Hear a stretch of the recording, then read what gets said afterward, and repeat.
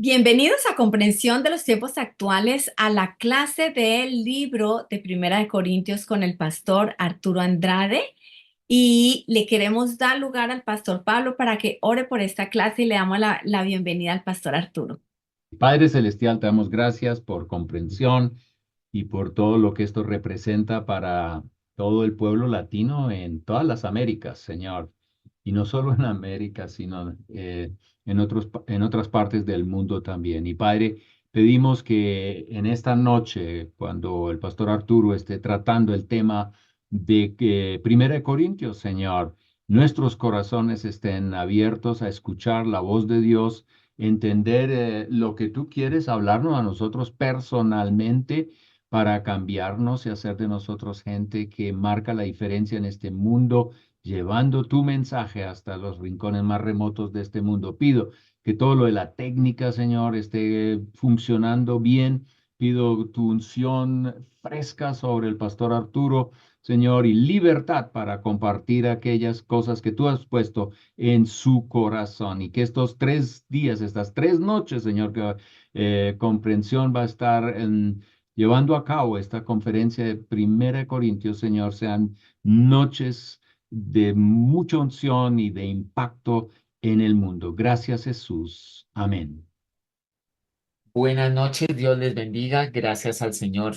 Estamos aquí comenzando un nuevo capítulo en comprensión de los tiempos con la primera carta a los Corintios y tendremos una segunda parte con la segunda carta a los Corintios. Ahora, esto es un proyecto muy ambicioso lograr en una conferencia de 3 noches tomar la profundidad de una carta tan buena, sencilla, pero muy profunda, una iglesia que tenía tantas complicaciones y el apóstol les está dando respuestas, pero vamos a intentarlo. Lo que sí anhelo es que cada vez que usted pueda, entre en la Biblia, lea la primera carta de Pablo a los Corintios, vea cada uno de sus 16 capítulos, deleítese en las palabras de Dios inspiradas por el Espíritu Santo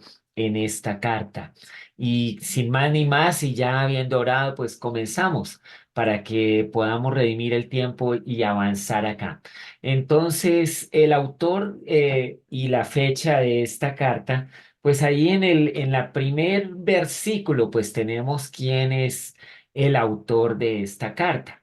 Aquí dice: yo, Pablo, elegido por la voluntad de Dios para ser un apóstol de Cristo Jesús, escribo esta carta junto con nuestro hermano Sóstenes.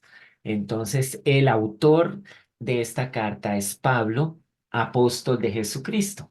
En una ocasión, hablando aquí con el pastor Pablo Tremba, él hacía notar que Pablo se refería a su posición era después, o sea, el primero decía yo soy Pablo y luego decía que era un apóstol de Jesucristo.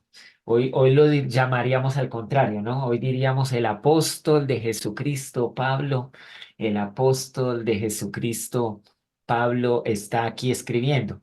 Pero es interesante que él se presentaba al contrario. Él decía, yo soy Pablo y soy un apóstol de Jesucristo, como que el título, la posición de servicio, él prefería ponerla después, prefería que su nombre, su identidad, la claridad de quién era, estuviera primero.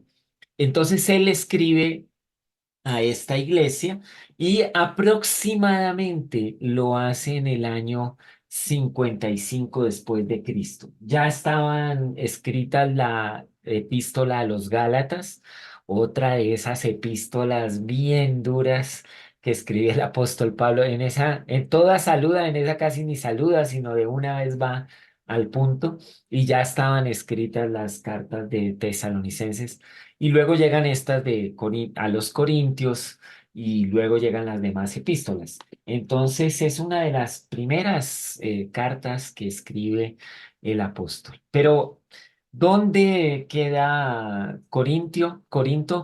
Bueno, aquí tengo un mapa más o menos para mostrarles cómo es. Vamos a ver si ponemos el mapa completamente en la pantalla para que se puedan apreciar algunos lugares ahí. Eh, está aquí está Grecia. Bueno, el punto rojo ese gigante es donde está Corinto. Entonces está al sur de Grecia, en una población llamada Acaya. Ahí está Corinto y ahí muy cerca está Atenas, que es la capital de Grecia. Entonces era un puerto y pues está, digamos, aquí digamos, en la parte inferior de- derecha de nuestra pantalla está Jerusalén y ahí arriba de Jerusalén está Antioquía y desde Antioquía es que salían muchos de los viajes misioneros y entonces en uno de esos, como de lo más lejos que podía llegar el apóstol fue ahí a Corinto en estos viajes. O sea, están bien al otro lado en los puertos, después de que había pasado por el Asia Menor y llegaba ahí.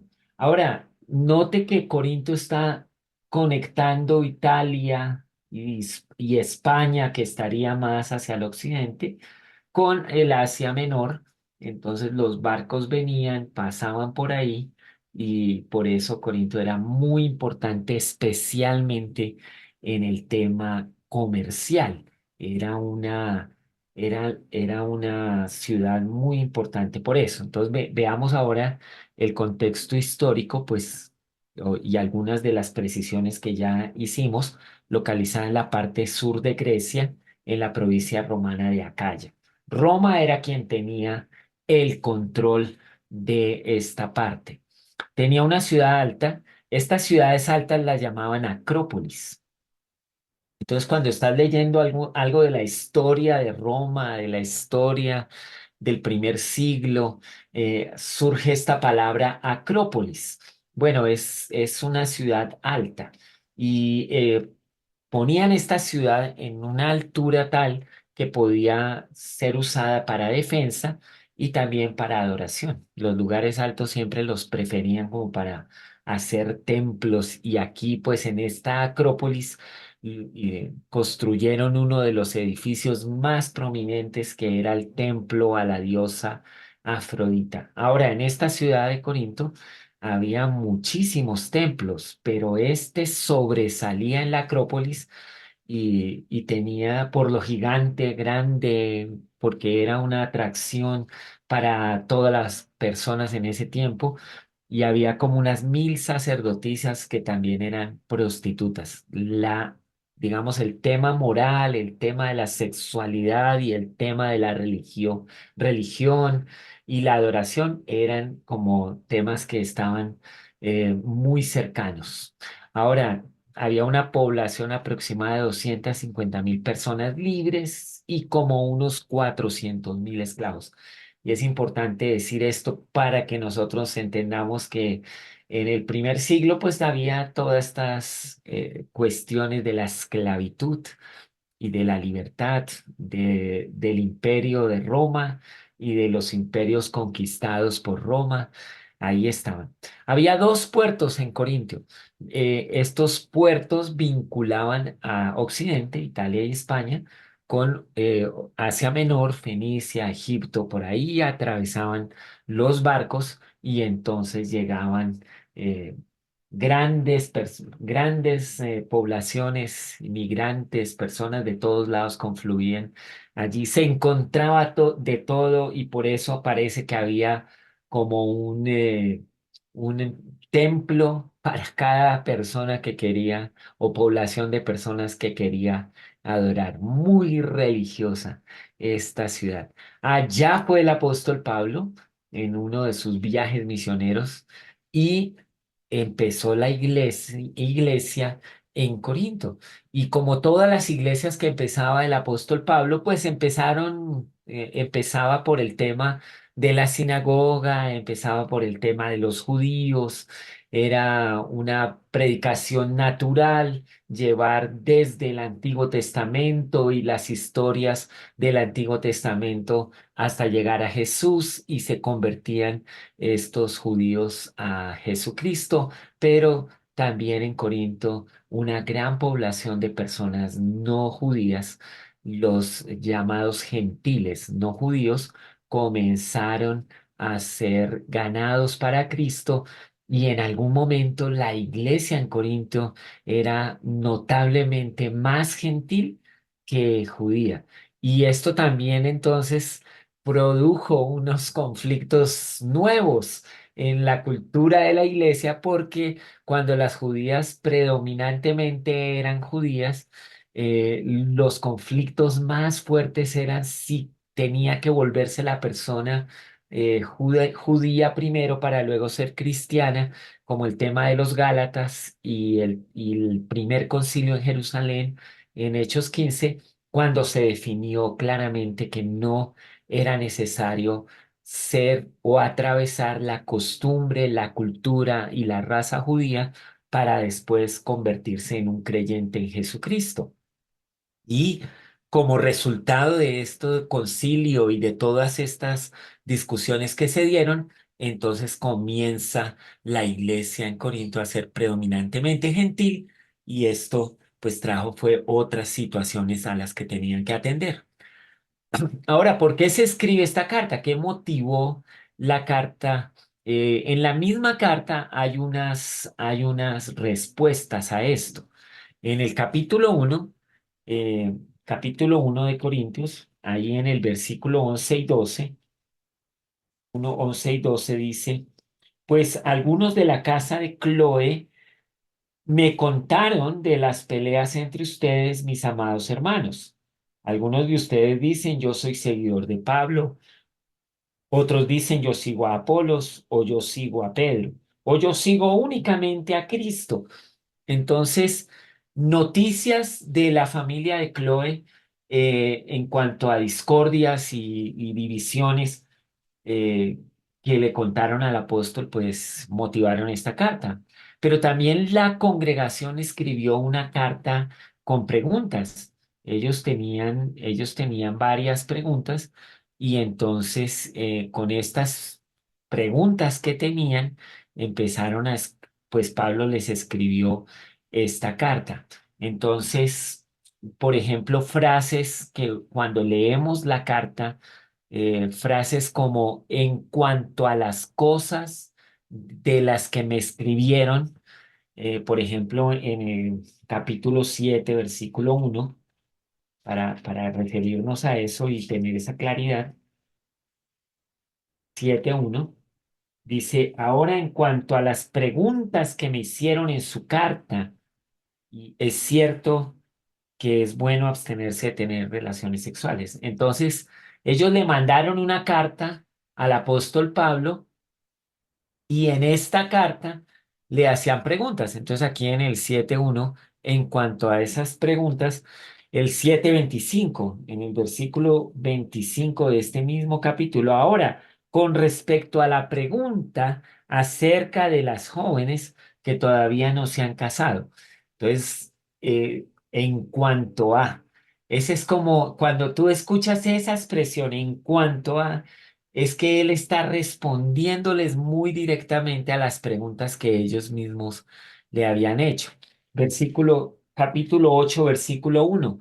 Ahora, con respecto a la pregunta acerca de la comida, entonces aquí les da respuesta en cuanto al tema de la comida.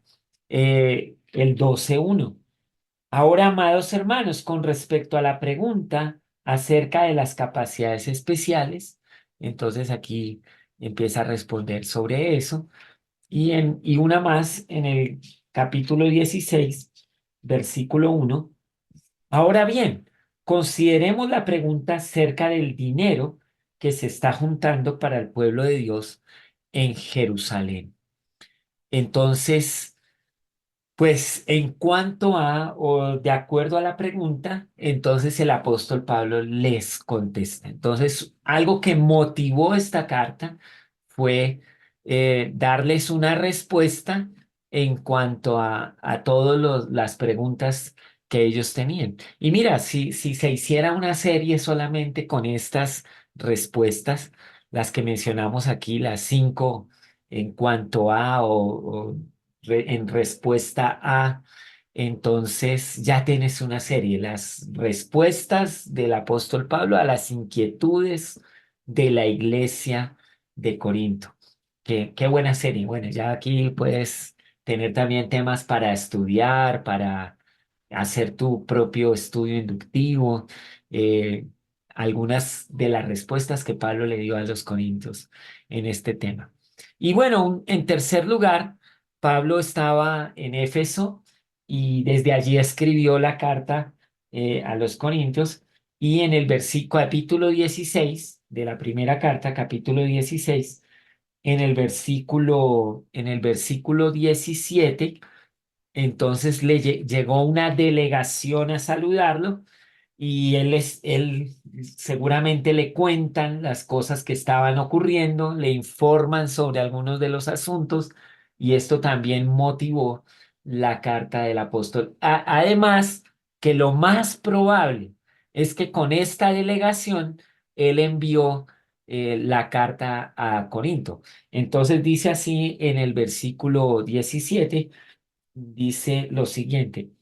Estoy muy contento de que Estefanas, Fortunato y Acaico hayan llegado. Ellos me han dado la ayuda que ustedes no pudieron darme al no estar aquí. Ellos también han sido de mucho aliento para mí, como lo fueron para ustedes. Muéstrenles agradecimiento a todos los que sirven así de bien.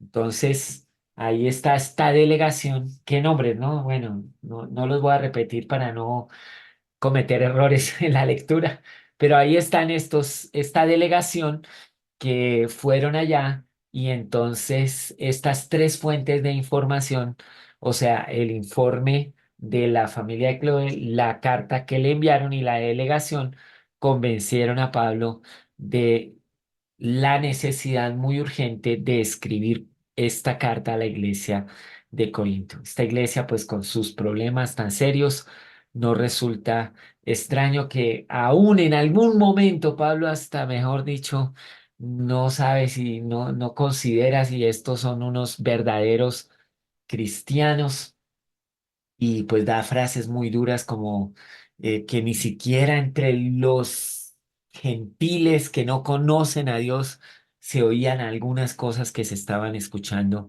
en esta iglesia. Entonces, por eso viene esta carta. Y bueno, el Espíritu Santo aprovecha, entonces hay que decir, Pablo es el autor en el año 55, se motiva por estas noticias, esta carta a la congregación y esta delegación, pero el Espíritu Santo de Dios está detrás de esto para ayudar a estas personas en todas las situaciones que vivían. ¿Y qué situaciones vivían? Entonces, ¿cómo es el bosquejo de la carta, de esta carta? Entonces veamos rápidamente este bosquejo. Ahora, en este bosquejo, digamos, lo que pretendo es que tú cuando estés leyendo la carta puedas ubicarte en qué sección de la carta estás, puedas ubicar algunos de los temas. Es bien temática la carta. Por ejemplo, bueno, empieza con una introducción muy interesante que vamos a leer en algún momento. Como algunas partecitas de esta carta vale la pena leerlas. Luego viene el tema de las divisiones en la iglesia. Entonces Pablo le da desde el capítulo 1 versículo 10 hasta el capítulo 4 versículo 21 tocante al tema de las divisiones. Y mira, es un asunto que hasta el día de hoy la iglesia debe tratar. La unidad en la iglesia, la unidad en la comunidad, la unidad en la iglesia, en una nación, de verdad es uno de los factores que pues le da gran fortaleza a la iglesia. Pero entonces, ¿qué amenaza la unidad? Pues las divisiones internas por el liderazgo principalmente, que son los que se ven aquí en estos capítulos, amenazan la unidad y la fortaleza de la iglesia. Y es interesante que antes que atacar los asuntos del pecado, como los desórdenes morales del desorden sexual en los capítulos 5 y 6, parece que primero, o sea, como una prioridad, venía este tema de las divisiones. Y es lógico, porque si el liderazgo y los creyentes de una comunidad cristiana están divididos, pues los desórdenes, el pecado y muchas otras cosas, pues no son atendidas correctamente, como que empiezan a tener una oportunidad de instalarse y continuar en la iglesia porque el liderazgo está dividido. Triste, ¿no? Pero es la realidad. Hoy también. Esto no, esta carta, eh, bueno, puede ser la carta de una de cualquiera de las iglesias de la actualidad de esta parte del mundo, de Occidente, muy pues gentiles somos. Y luego vienen los temas del matrimonio, capítulo 7. Y aquí lo interesante es que en cada uno de estas, digamos, de estos asuntos, en cuanto a las divisiones, en cuanto a los desórdenes, pues se establecen correctivos y principios, pero luego viene un capítulo para hablar exclusivamente del matrimonio. Y es impresionante cómo el matrimonio, la institución del matrimonio y la familia, pues sí vienen desde la Biblia, desde la palabra de Dios muy temprano en el libro de Génesis. Y el apóstol Pablo, siendo uno de los expertos en la ley, expertos en los asuntos de la ley, pues le da una gran relevancia al asunto del matrimonio como una institución bíblica que básicamente le da soporte y sustento a todos los asuntos que tienen que ver en la comunidad. Entonces ahí se habla claramente del tema del matrimonio en el capítulo 7. Y bueno, y el tema de si casarse, no casarse, y bueno, todos estos temas son tocantes en este capítulo.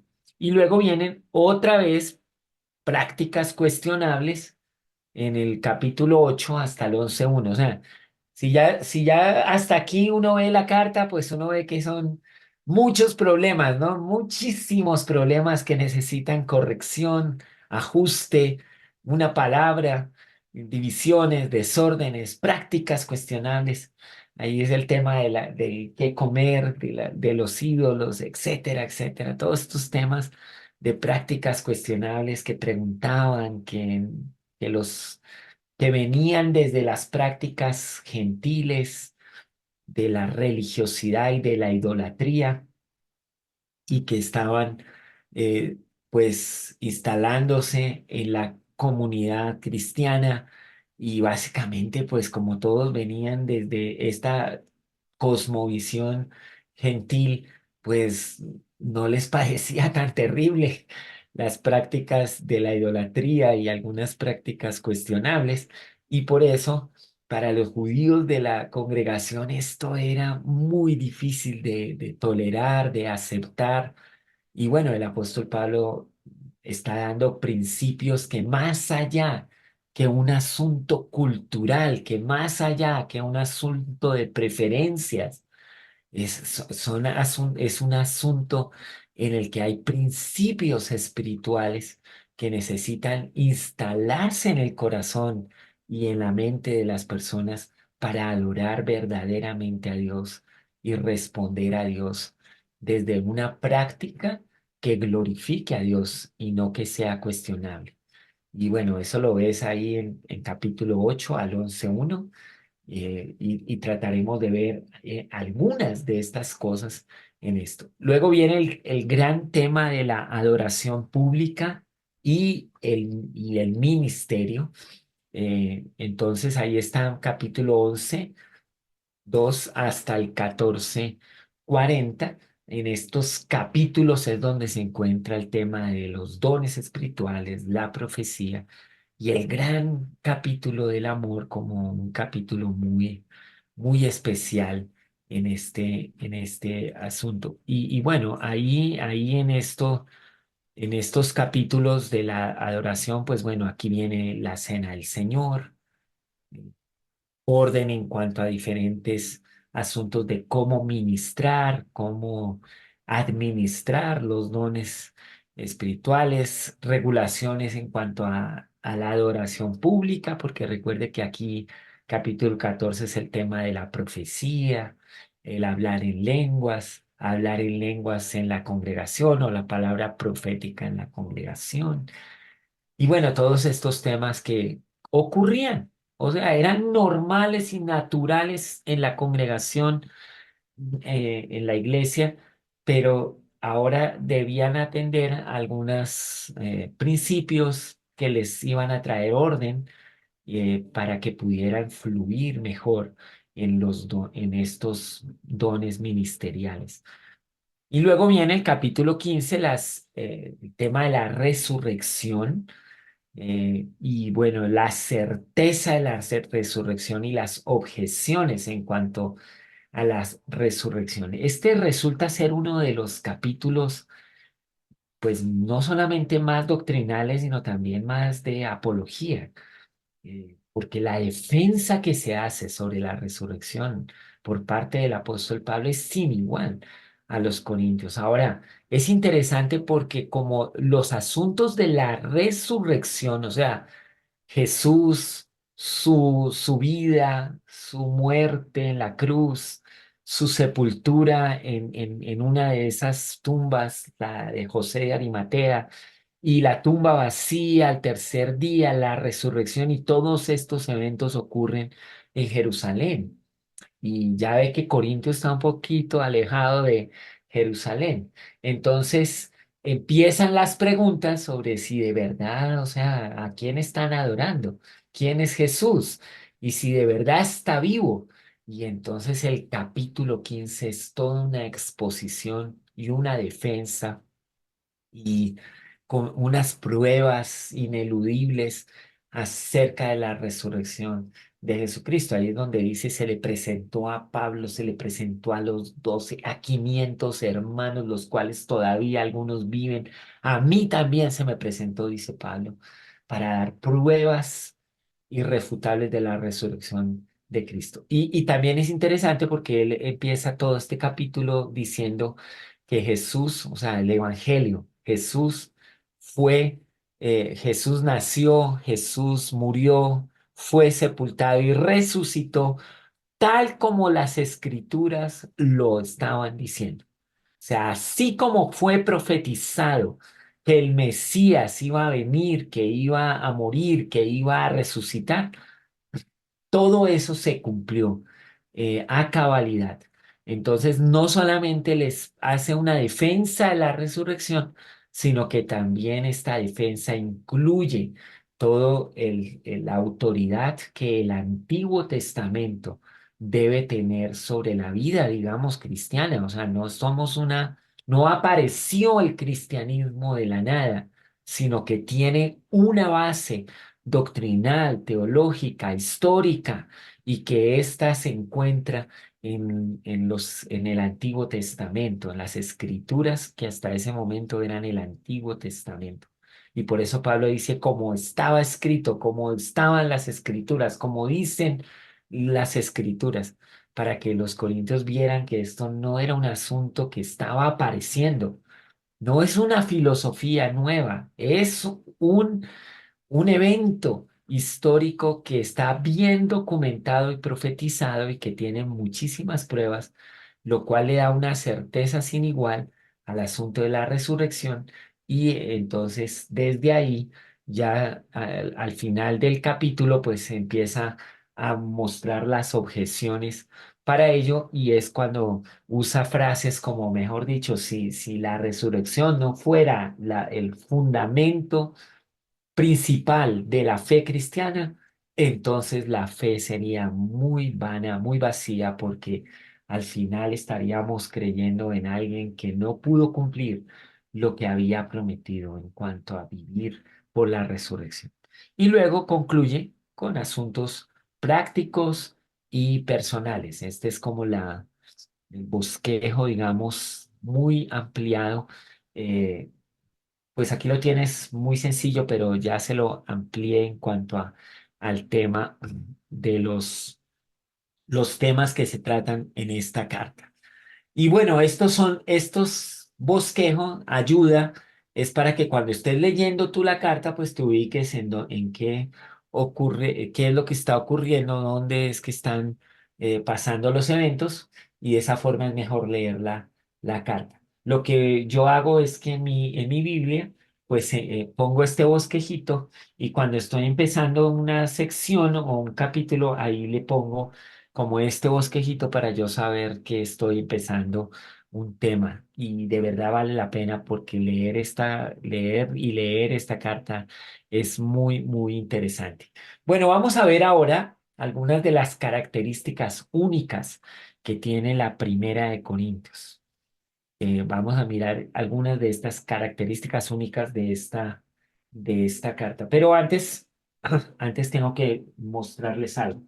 Esta carta, pues, también logra unos desafíos hermenéuticos únicos. Eh, por ejemplo, hay una porción ahí de la escritura de Corintios que hay como 70 posiciones de comentaristas y de estudiosos. Y eso solo para mostrar que hay algunas cosas que de verdad no sabemos. Y necesitamos tener mucha humildad cuando nos acerquemos a estos textos. Y por eso tenemos un curso de hermenéutica muy bueno que vale la pena repasar, porque siempre que vas a ver un libro de la Biblia, necesitas tener cuidado de la exégesis y de la hermenéutica. La exégesis es ver bien esos contextos, dónde está Corinto, cómo es esta ciudad, qué características únicas tenía esta ciudad, las cuales ya vimos.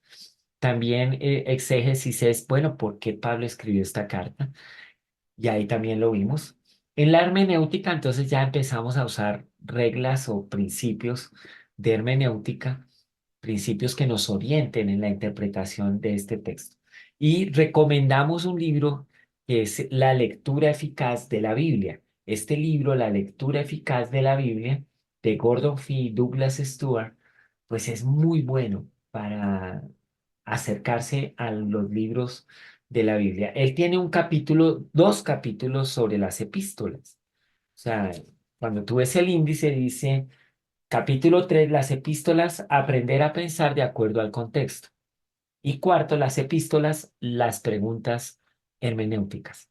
Lo que quiero señalar es que él usa la primera carta de Corintios para hacer, digamos, su exposición aquí, tomar como ejemplo esa carta para hacer la exposición en lo que tiene que ver a todas las epístolas. Y hay características similares en todas. O sea, en todas hay como un saludo, una despedida, en todas está su nombre, en todas hay, digamos, asuntos prácticos y asuntos doctrinales. Y tú puedes ver eso aquí en la lectura eficaz de la Biblia. Pero en este libro también hay unas características únicas que lo hacen a esta carta diferente a las demás. Entonces, el primero de estas características es que aborda problemas específicos que la iglesia de Corinto enfrentaba: la división interna, la inmoralidad sexual, la disputa legal entre los miembros, la pregunta sobre la comida sacrificada a los ídolos. Y bueno, estas cosas que están aquí en estos versículos sí la hacen única. No hay otras cartas que respondan, por ejemplo, a ese tema de la comida y lo sacrificado a los ídolos. No, no, no encuentras esto. En cuanto a la inmoralidad sexual, pues tú sí ves que hay el tema del desorden sexual, la inmoralidad sexual, pues está como en diferentes lugares de la Biblia, o sea, viene por toda la Biblia. Pero los ejemplos que están ocurriendo aquí en Corintios Pues eso sí es como muy único de esta carta. Por ejemplo, el tema del incesto, el tema, bueno, y temas muy particulares que ocurrían ahí, que eso sí no están mencionados en otras de las iglesias o cartas que escribió Pablo. Entonces, en cuanto a problemas muy específicos, esta carta tiene estos problemas, porque le preguntaron o porque le contaron o porque eh, estaban ahí los reportes, entonces él trata los problemas específicos. Bueno, y aprendemos de esto, o sea, aprendemos que cada iglesia eh, tiene unos problemas específicos que necesitan ser abordados particularmente. Cada iglesia tiene sus problemas, entonces hay unos principios generales de comunidad de iglesia. Tenemos la Biblia como una norma general, pero sí ocurren algunas cosas que pues obviamente son muy particulares a una comunidad y diferentes en otra. Eso también es importante. Por eso no podemos como compararnos, hay que tomar consejo, pero lo que pues está pasando en la comunidad, en la congregación, pues a veces es muy particular a esa comunidad y a esa congregación. Y seguramente la Biblia tiene mucho que decir, pero hay que reconocer que es muy particular. Bueno, una segunda característica es el énfasis en la unidad de la iglesia. A lo largo de esta epístola, Pablo enfatiza la importancia de la unidad en la iglesia. Entonces utiliza la metáfora del cuerpo para ilustrar la diversidad de los dones espirituales, pero al mismo tiempo la unidad en Cristo. Y hay exhortación a la unidad, eh, pues todo el tiempo. Entonces somos cada uno diferentes. Y es interesante, el Espíritu Santo es uno solo, es el mismo. Da a cada quien como quiere el Espíritu Santo los dones espirituales. Entonces, como que las personas operan en los dones espirituales de maneras distintas. Hay una diversidad de personas diferentes, capacidades diferentes, habilidades, diferentes maneras de ministrar, diferentes maneras de verse en la iglesia, pero la unidad debe ser una característica de la iglesia. Y bueno, lo que amenazó a la unidad fue la división y por eso como que hay énfasis y énfasis a la unidad. Y es interesante, es una exhortación, o sea, usted procure, busque, haga lo que esté en su alcance para que haya unidad en la iglesia. Y esta era la característica. Muchos de los conflictos que tenían fueron lo que amenazaron, fracturaron la unidad en esta iglesia y básicamente las correcciones que se están proponiendo es tratando de volver a tener esta unidad. Pero especialmente cuando se habla de los dones espirituales, parece que los dones espirituales se exhibían todos en la iglesia de Corinto, lograron es hacer que las personas se sintieran unos más, unos menos, unos querían ciertos dones, le daban mayor valor o preeminencia a unos dones que los veían operar en personas. Entonces Pablo dice, no, mira, esto es como el cuerpo, o sea, no debe haber un miembro del cuerpo que diga, no puedo estar sin nosotros.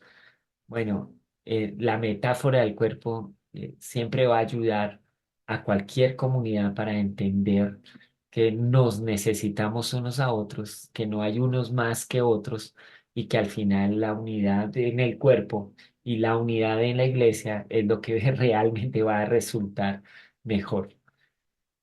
Bueno, aquí en otra de las características es que se enseña sobre el matrimonio y la sexualidad. Y pues es interesante porque es en esta carta y en este capítulo 7 de Corintios donde hay el tema del celibato, palabras como a los solteros. Increíble, ¿no? O sea, siempre hablamos del matrimonio y pues aquí se habla sobre el matrimonio y sobre la sexualidad en el matrimonio, pero también aquí hay una clara referencia al tema de la soltería. Y bueno, o sea, es un tema bíblico, es un tema normal en la Biblia, natural. Entonces, cuando se habla del matrimonio, también debe entenderse que hay un tema de soltería. Y, digamos, son ambos temas. En el tema de la soltería, en el tema del matrimonio, la Biblia pues habla sobre eso. Ahora, aquí se abordan diferentes preguntas y hay unos desafíos específicos que la iglesia tenía sobre este tema. Y aquí están pues todas las respuestas del apóstol a esas preguntas que la iglesia tenía. Y sí, es que a veces las personas necesitan preguntarle a Dios y preguntarle al liderazgo de la iglesia sobre algunos asuntos que están ocurriendo en la vida. El estado civil, o sea, esto del estado civil que una nación establece sobre las personas que viven allí. Entonces, por ejemplo, en nuestros países, pues el estado civil del matrimonio, los casados, y el estado civil de los solteros, los que no se han casado. Pero cuando empezamos a ver el tema de solteros que ahora se van a vivir juntos y entonces, ¿qué van a hacer las naciones? Bueno, entonces ahora legislan sobre eso y aceptan estas uniones como de hecho y les dan toda una cobertura legal, pero siempre van a tener como dificultades aún legales de estabilidad y ahí lo tenemos. Claro que esto ocurre, claro que esto es muy parte de la congregación. Las personas llegan a Cristo y se insertan en la comunidad, pero traen unos asuntos en cuanto a su estado civil y en cuanto a sus prácticas y en cuanto a sus cosas, y ahora quieren saber si eso está bien con Dios, si eso es aprobado por Dios o qué van a hacer. Entonces el tema de, bueno, y si yo me casé, yo estoy casado, pero mi esposa o mi esposa, o sea, mi cónyuge, no es un creyente y yo sí soy un creyente, y entonces, ¿qué voy a hacer? ¿Lo dejo para adorar a Dios? Y bueno, interesante las respuestas de Pablo a estos asuntos tan prácticos de cómo la gente llega a la iglesia. Y bueno, esto es un desafío también para la iglesia hoy, a dar una respuesta sobre los asuntos que las personas que conocen ahora a Cristo llegan a la iglesia, pero llegan con unos estados civiles, llegan con unas prácticas, hábitos, filosofías, y ahora, ¿cómo la iglesia va a responder a todas estas preguntas? Y mire, la verdad es que esta carta es única en esto de que desde los principios, el principio bíblico, desde Génesis, es que se da respuesta a una práctica, a un hábito, a una cultura, pero no al contrario. O sea, los corintios no lograron por sus hábitos o sus prácticas o sus estados civiles cambiar el principio bíblico.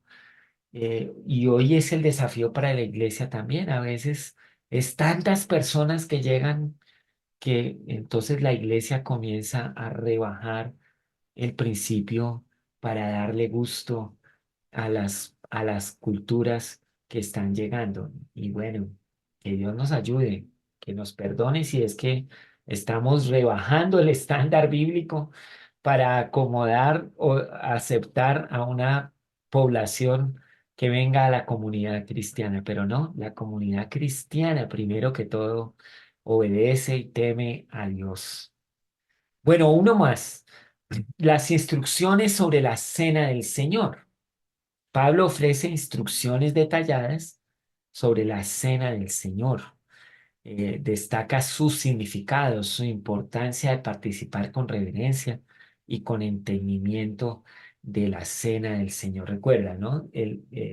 La iglesia de Corinto, una iglesia muy gentil, Y entonces, pues, el tema de la cena del Señor tiene que ver con el evento de Jesús y sus discípulos la noche que fue entregado, como lo relata Juan en su evangelio y lo relatan otros, pero los evangelios también se están haciendo. O sea, tienes que saber algo, la iglesia en Corintio no tenía como los evangelios para mirar las historias de Jesús y las historias como de la última cena. Entonces todo era como lo que los primeros discípulos que llegan allá establecen la iglesia, cuentan y hacen como las prácticas, pero entonces en la marcha se dan cuenta que necesitan tener este tema de la cena del Señor, pero lo empiezan a hacer, o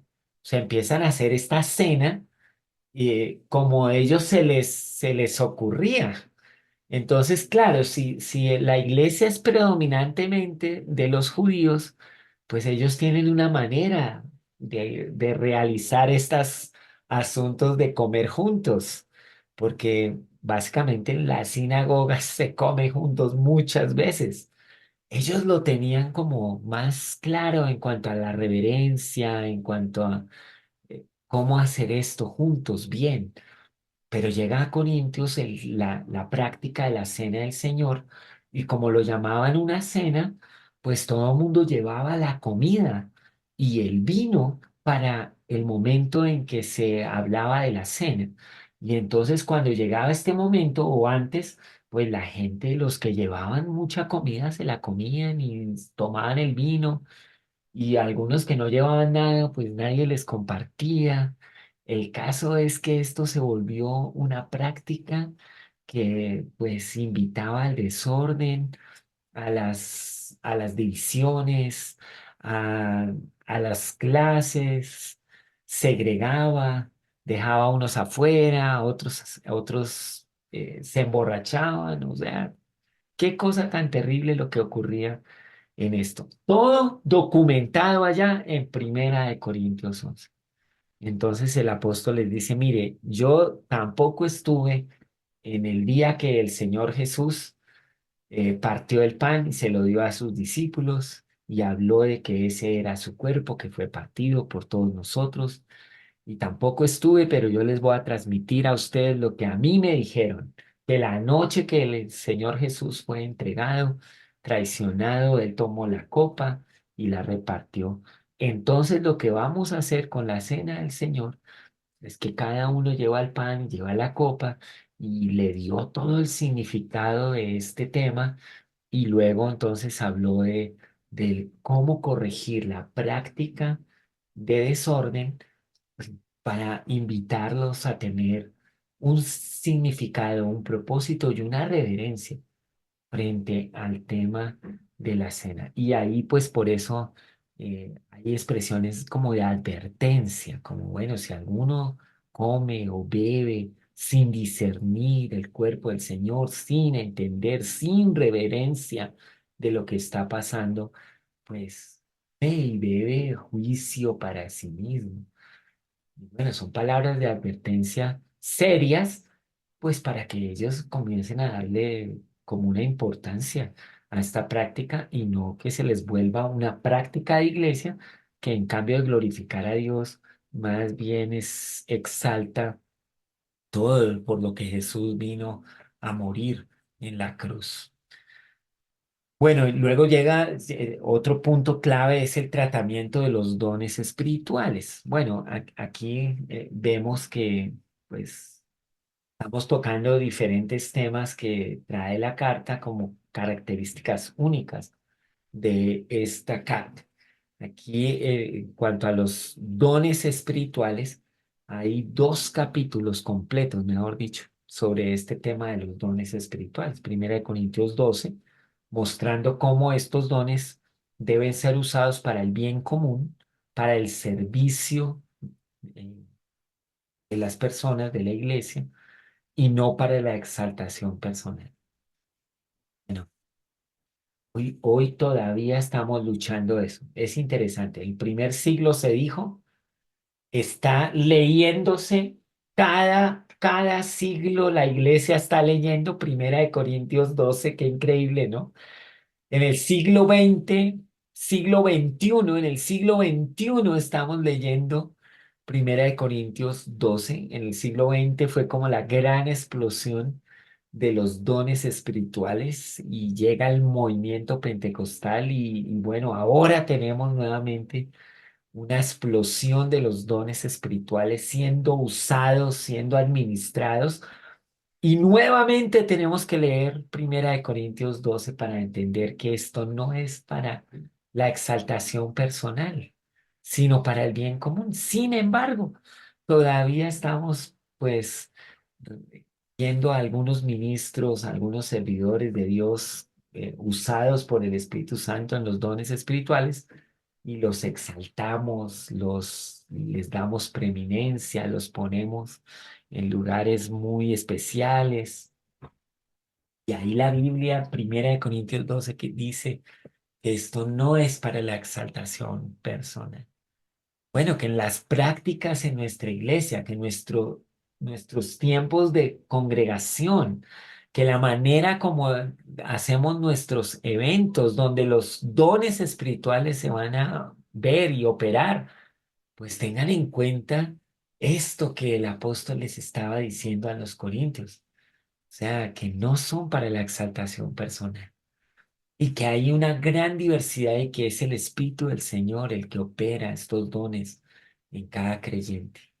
Que no son la exclusividad de una persona, eso es lo otro, ¿no?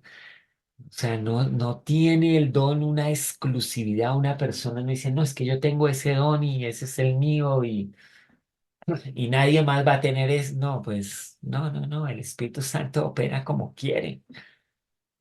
Interesante cómo de verdad lo hace.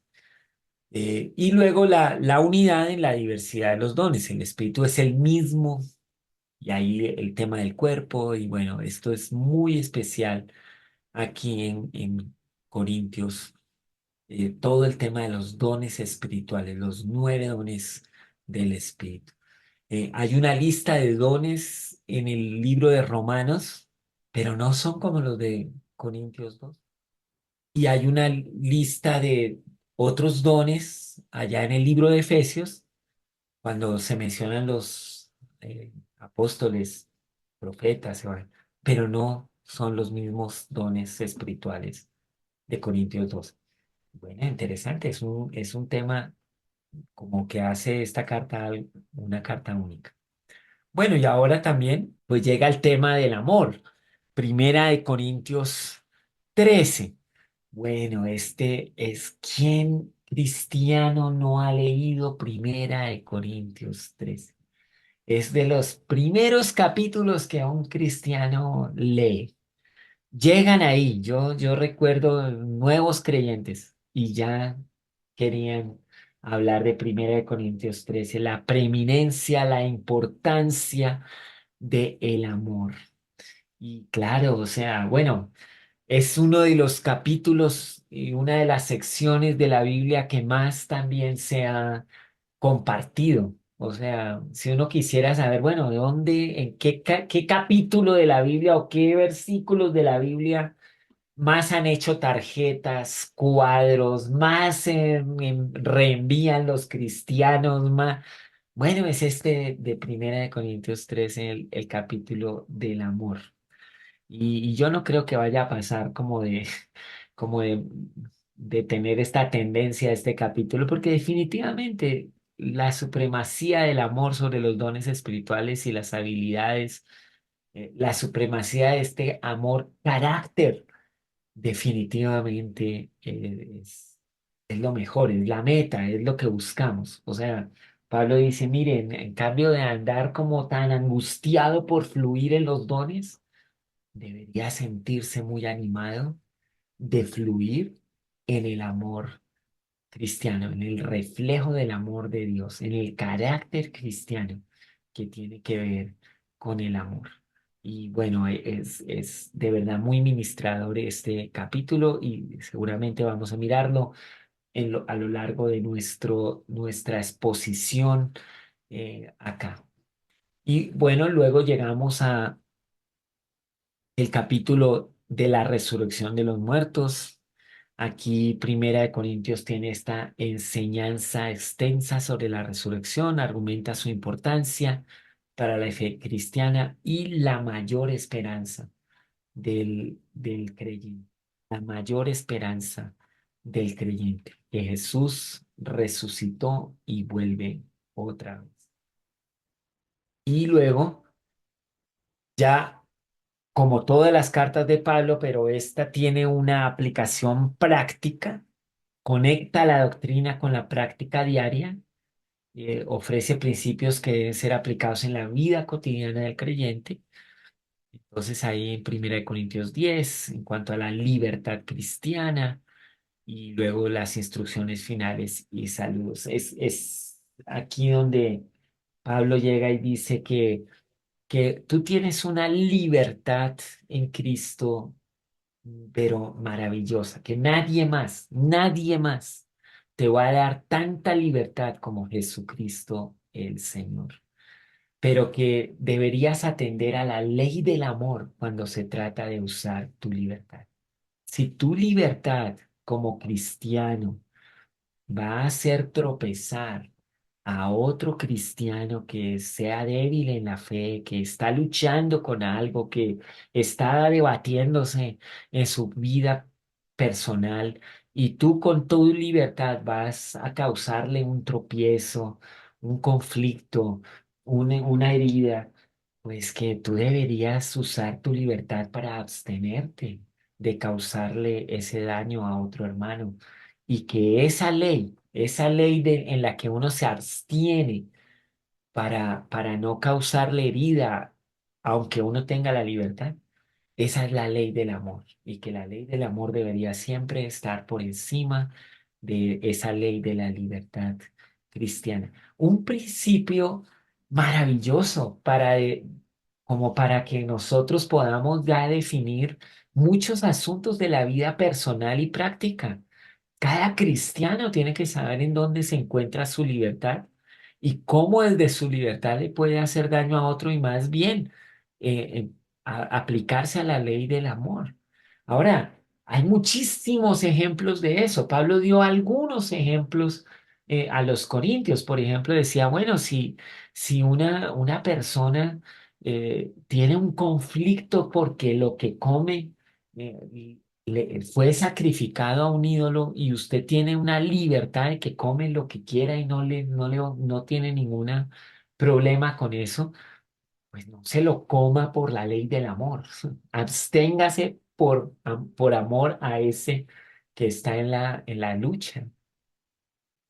Pero digamos, hoy también hay muchísimas de estas asuntos cotidianos que están ocurriendo, y los cristianos necesitamos tomar este principio y aplicarlo hoy. ¿Cuántos conflictos, cuántas luchas entre creyentes se van a minimizar y se van a quitar solamente porque nos apliquemos a la ley del amor? Entonces, no, eso es importante para tomar en cuenta. Y bueno, quizás allí es donde cada uno debería hacer su lista desde su libertad, ¿no? Tengo problema con esto ni con esto. Obviamente no estamos hablando de los pecados, ¿no? Los pecados son pecados. Y aunque usted crea que tiene libertad, más bien arrepiéntase de los pecados. Pero hay cosas que no son pecado, pero tropiezan a otros que sí creen que están mal o que están luchando con eso. Y también, digamos, el tema de los saludos, porque cuando el apóstol aquí menciona a algunas personas, desde el muy comienzo de la carta, ¿no?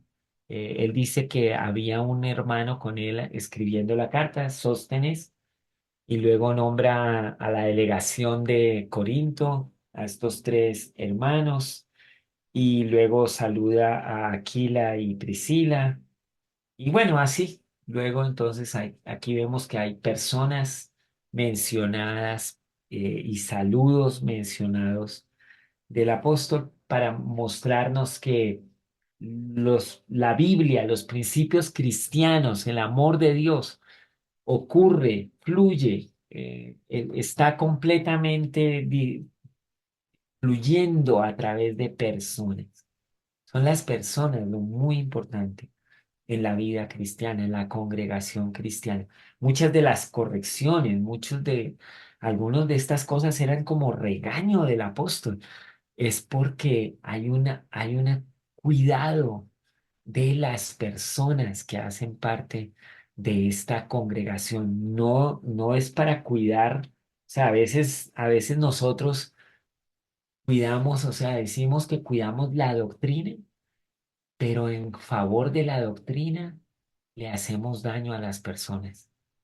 Bueno, no, tienes que tener un balance. Hay que amar la sana doctrina, pero la sana doctrina tiene sentido es porque ayuda a las personas, bendice a las personas, levanta a las personas, le da sentido a la vida de las personas. La buena doctrina enriquece a las personas.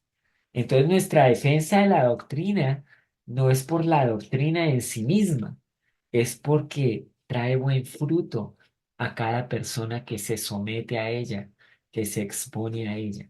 Entonces ese balance siempre lo tiene el apóstol Pablo en cada una de sus cartas, pero aquí en Corinto es mucho más afectuoso. Él como que dice, este es mi saludo de mi puño y letra, Pablo. Si alguien no ama al Señor, tal persona es maldita. Señor nuestro, ven. Que la gracia del Señor sea con ustedes. Mi amor a todos ustedes en Cristo Jesús. O sea, todo esto, todas estas correcciones, todos estos ajustes, todas estas palabras duras, es porque los amo a todos en Cristo Jesús. La doctrina tiene ese sentido. Bendice, trae fruto, levanta, ayuda. La corrección nos ayuda a nosotros a ser mejores y a tener buen fruto en nuestras vidas. Ahora, el tema del sufrimiento o no sufrimiento, ese es un tema que algunos cristianos están pensando. O sea, bueno, es que me corrige, la doctrina me ayuda a qué, a no sufrir. No, ayuda en tu carácter, te ayuda en tus relaciones personales. O sea, el fruto de Dios no tiene que ver con las circunstancias que viven las personas. Y a veces nos hemos equivocado en eso también. O sea, pensamos que el fruto de una vida cristiana es prosperidad, tener todas las cosas que yo quiero, no tener conflictos con nadie, no sufrir, no enfermarme. Y bueno, eso no está en la Biblia. O sea, lo siento mucho, pero eso no aparece. El fruto que aparece en la Biblia es como la paciencia, la mansedumbre, la bondad, la humildad y muchas de estas cosas que son en un carácter que te ayuda a superar las circunstancias cuales sean que se presenten en la vida como un humano en esta tierra que está caída, que es difícil y con la fragilidad de los humanos que tenemos. El fruto del Espíritu nos ayuda a superar esas circunstancias, esas problemáticas que vienen a nuestra. Y bueno, esto es como un bosquejo grande, general. Lo que seguiremos haciendo en las siguientes noches es que vamos a mirar algunos de las, digamos, preguntas difíciles y ver cómo es su interpretación bíblica y como que aprendamos a interpretar algunas de las cosas de Corintios para que asimismo podamos usar estas reglas de interpretación en los siguientes pasajes o dificultades que tengamos cuando leamos esta carta. Y también estaremos mirando algunas de los, digamos, de los temas grandes generales como se insertan dentro de la práctica cristiana. O sea, qué le podemos sacar de provecho para nuestra práctica cristiana hoy? Y entonces quiero leerles y solamente dejar con ustedes esto para terminar en esta noche. Primera de Corintios 1, del 1 hasta el 9. Yo, Pablo, elegido por la voluntad de Dios para ser un apóstol de Cristo Jesús, escribo esta carta junto con nuestro hermano Sóstenes. Va dirigida a la iglesia de Dios en Corinto. a ustedes que han sido llamados por Dios para ser su pueblo santo. Él los hizo santos por medio de Cristo Jesús, tal como lo hizo con todos los que en todas partes invocan el nombre de nuestro Señor Jesucristo, Señor de ellos y de nosotros. Que Dios nuestro Padre y el Señor Jesucristo les den gracia y paz. Siempre doy gracias a mi Dios por ustedes y por los dones inmerecidos que les dio. Ahora que pertenecen a Cristo Jesús por medio de Él, Dios ha enriquecido la iglesia de ustedes en todo sentido, con toda la elocuencia y todo el conocimiento que tienen. Eso confirma que es verdad lo que les dije acerca de Cristo. Ahora tienen todos los dones espirituales que necesitan mientras esperan con anhelo el regreso de nuestro Señor Jesucristo. Él los mantendrá firmes hasta el final para que estén libres de toda culpa el día que nuestro Señor Jesucristo vuelva. Dios lo hará porque Él es fiel para hacer lo que dice y los ha invitado a que tengan comunión con su Hijo Jesucristo, nuestro Señor. En esta introducción, ya el apóstol está poniendo el fundamento de lo que va a ser toda la carta. Él les está diciendo claramente que pues han sido llamados santos, que son un pueblo santo y que la santidad es, sin lugar a dudas, la primera característica de la comunidad cristiana. O sea, donde no hay santidad, pues no veremos a Dios. Y es así de sencillo. Ninguna comunidad es como la cristiana porque nosotros le damos un valor extremo a la santidad. ¿Qué es esto? Pues mira, tenemos una santidad como que Dios nos dio porque cuando Jesús murió en la cruz cargó los pecados de todos. Y la justicia de Jesús vino sobre mí y mi injusticia fue sobre él. Así lo expresó el apóstol Pedro. Esto es lo que se llama en términos doctrinales la justificación. He sido perdonado de mis pecados. La culpa de mi pecado quedó allá en la cruz y ahora yo tengo una naturaleza santa en mi vida. El cristiano es un ser humano particular porque teniendo una naturaleza caída que viene como herencia de Adán, cuando recibe a Jesús como Señor y Salvador, recibe ahora una naturaleza santa que produce milagrosamente Dios en ti. Tu espíritu comienza a vivir. Justificación. Y en ese sentido, pues podríamos decir que nuestra santidad es pues, por una posición, porque Dios me la dio. Si a mí me preguntan, ¿usted es santo? Pues yo diría, claro que sí, Jesús me hizo santo. Yo no hice nada, Él lo hizo por mí, me santificó, me hizo santo, me justificó. Pero aquí dice el apóstol, bueno, pero has sido llamado también a la santidad. Esto es que nosotros, pues todos los días necesitamos decidir si nos vestimos de esta nueva naturaleza y nos despojamos de ese viejo hombre. Y esto es lo que en términos doctrinales se llama la santificación. Este proceso que progresivamente va haciendo de mí una persona santa, porque le digo cada día que no al pecado, porque a la tentación que cada día ocurre, yo le digo que no.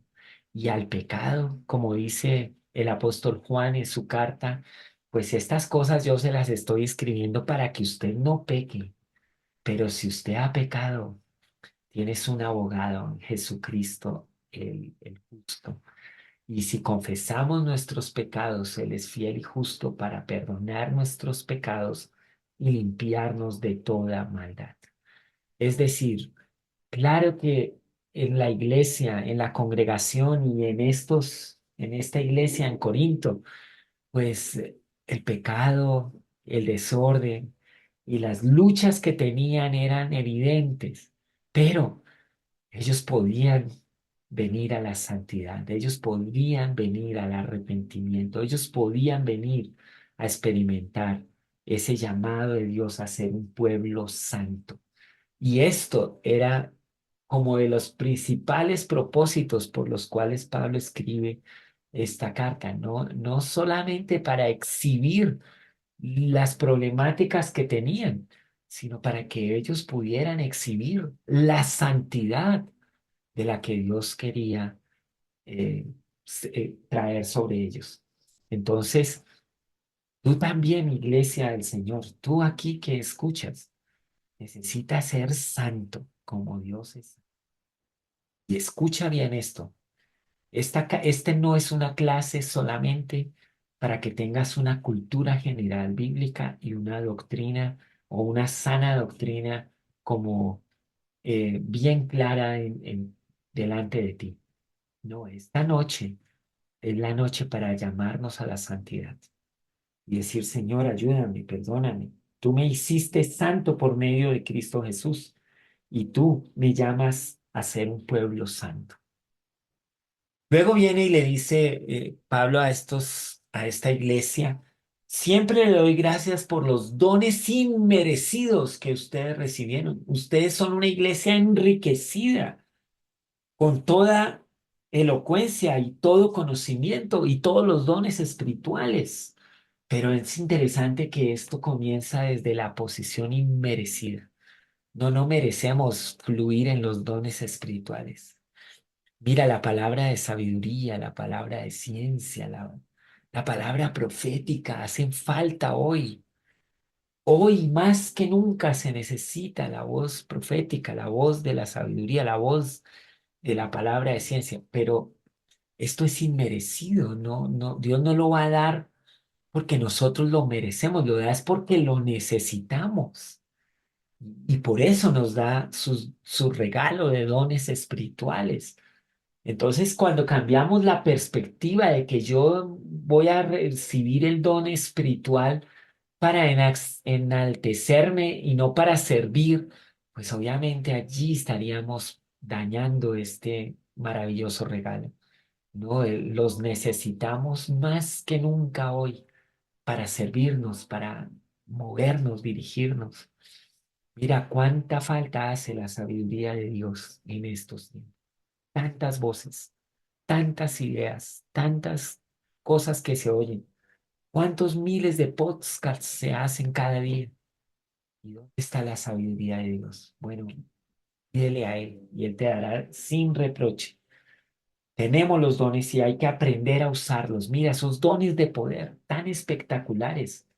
Es que cuando hay milagros, cuando hay cosas sobrenaturales, cuando hay sanidades impresionantes, pues claro que hay gran poder para llamar la atención de este mundo acerca de un Dios que es sin igual, no hay ninguno como Él. Que la iglesia se mueva en los dones espirituales de poder, pero que al final le traigan la gloria a Dios y sea la causa de Cristo la que fluya en los dones de poder. Y bueno, si no te has dado cuenta, iglesia, las luchas que hoy tenemos son muy espirituales. No tenemos lucha contra carne y sangre. ¿Dónde está el discernimiento de espíritus? Realmente tener esta claridad en cuanto a estos dones. Que Dios nos ayude, que nos dé estos dones inmerecidos todo el tiempo. Movámonos en ellos. Pero santos y moviéndonos en los dones, necesitan algo más. Necesitan una visión de más largo alcance. Y aquí Pablo les dice a estos corintios, ahora tienen todos los dones que necesitan, mientras esperan con anhelo el regreso de nuestro Señor Jesucristo. Él los mantendrá firmes hasta el final para que estén libres de toda culpa. El día que nuestro Señor Jesucristo vuelva. La cotidianidad de la vida tiene que hacerse con la mirada en que Jesús viene por segunda vez. Si no, ¿qué propósito tiene la vida cristiana? Mira, Él murió y resucitó. Él está vivo, Él viene a gobernar. Cuando nosotros miramos todo lo que está ocurriendo a nuestro alrededor, todas las agendas que tienen los humanos eh, frente a su condición, todo lo que los gobiernos y las economías están proponiendo y oprimiendo a los seres humanos. Y si uno como creyente se pone a ver todas esas cosas, pues las malas noticias agobian y oprimen tanto que uno como cristiano podría llegar a perder la esperanza. Pero yo te voy a decir, mi esperanza bienaventurada está en el retorno de Jesucristo. Yo me opero en los dones espirituales cada día y me mantengo santo, es porque yo estoy anhelando el día que Él venga. Si no, pues sería muy agobiante vivir cada día como cristiano, porque no habría una visión final, una esperanza segura. No, Jesús viene otra vez y es seguro que viene. Así que yo realmente te animo a que tú estés poniendo esto muy de frente en tu vida. Y así pues iniciamos nuestra carta de Primera de Corintios, generalidades, características únicas, fundamentos, santidad, dones espirituales y la venida de Jesús como la esperanza bienaventuradas que tenemos para que podamos seguir adelante con el estudio de esta maravillosa carta a los Corintios. Que Dios les bendiga. Gracias por estar aquí. Gracias, Arturo. Muy interesante, muy buena la exposición. Y una de las cosas que me llama la atención específicamente de esta carta es los 9 versículos que leíste al principio. Ah, porque Pablo, sabiendo los problemas que había en la iglesia, no entra embistiendo a la iglesia con los problemas y condenándolos y todo eso, sino que comienza con reafirmar la posición en Cristo Jesús de los creyentes, santificados, Mm, santos. mm, Y en base a eso, es que entonces Pablo después comienza a tratar con los problemas que estaba pasando la iglesia. Y básicamente lo que yo entiendo es que les está diciendo, mira, en base a la obra que Cristo hizo en la cruz del Calvario por ustedes, estas cosas ya no tienen lugar en tu vida. Estas Así es. cosas deben ser desechadas, estas cosas deben ser hechas a un lado para caminar y para andar en el camino que hablaste de santidad. No, no mi santidad, sino la santidad que me es Mm, dada por Cristo Jesús, por la obra que Él hizo en la cruz del Calvario. En todas las epístolas, casi todas las epístolas, Pablo siempre comienza con eso. Es la reafirmación de la obra de Cristo en la vida de la iglesia, en la vida de los creyentes. Y luego, en la mayoría, cuando hay problemas, comienza a tratar esos problemas. Pero yo creo, Pablo, que está diciendo, en base a lo que Cristo ha hecho ya por ti, ajá, esta es la clase de vida. Ya no estás en el mundo de las tinieblas, ahora estás en el mundo, en el reino de la luz de Dios. mm, Y me parece muy interesante esto porque eh, yo creo que si Dios me dijera al predicar o hacer alguna cosa, mira, esta iglesia tiene todos estos errores, todas estas cosas, mm. ¿cómo presentaría yo el mensaje? ¿Entrando de lleno o presentando la obra que Cristo ha hecho en sus vidas primeramente? Porque es en base a eso, no en lo que yo Ajá, pienso, lo que yo digo, no en lo que yo, en mi opinión, estoy trayendo como corrección, sino en lo que ah, Cristo hizo en la vida de las personas. Y como les dice a los colosenses, aquel que comenzó la buena obra en vosotros, la terminará hasta el día de así. Jesucristo, siempre alentándoles a poner su vista en Dios y a caminar en obediencia a Dios, voluntariamente, obviamente. Entonces, muchas gracias. Y sí, es, es muy edificante a pesar de los problemas, pero la forma en que Pablo les presenta la Sí. obra y las correcciones que les da, no correcciones como vamos a decir, como apóstol, de decir aquí, en mi casa mando yo, o aquí yo soy el que, ¿Verdad? por ser apóstol, yo Ajá. soy el que dice las cosas, sino no, Ah, es en base a lo que Cristo ha hecho por nosotros. y sí, señor. Amén. Y qué tal? O sea, claro, lo que acabas de decir es muy clave, o sea, y debería ser un principio en todo nivel. ¿Qué tal, por ejemplo, también cuando criamos los hijos Ujú. y al corregirlos empezar más bien desde la afirmación de la Sí, identidad, desde la afirmación de lo que pueden llegar a ser y no desde solamente lo que hicieron mal, ¿no? Bueno, que Dios nos ayude porque en todas nuestras relaciones este principio puede resultar en un cambio radical en nuestras relaciones. sí.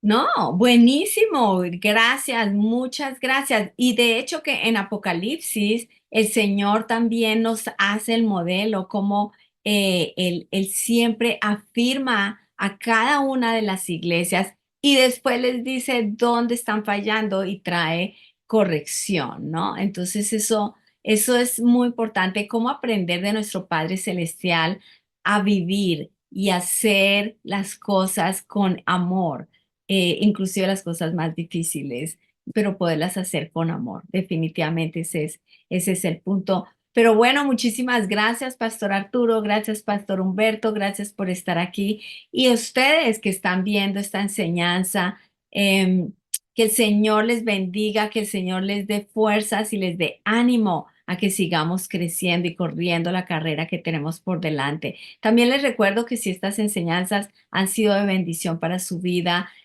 compártalas, ayúdenos en nuestra misión de propagar el mensaje hasta lo último de la tierra y más cuando vemos que aquel día se acerca. Dios les bendiga.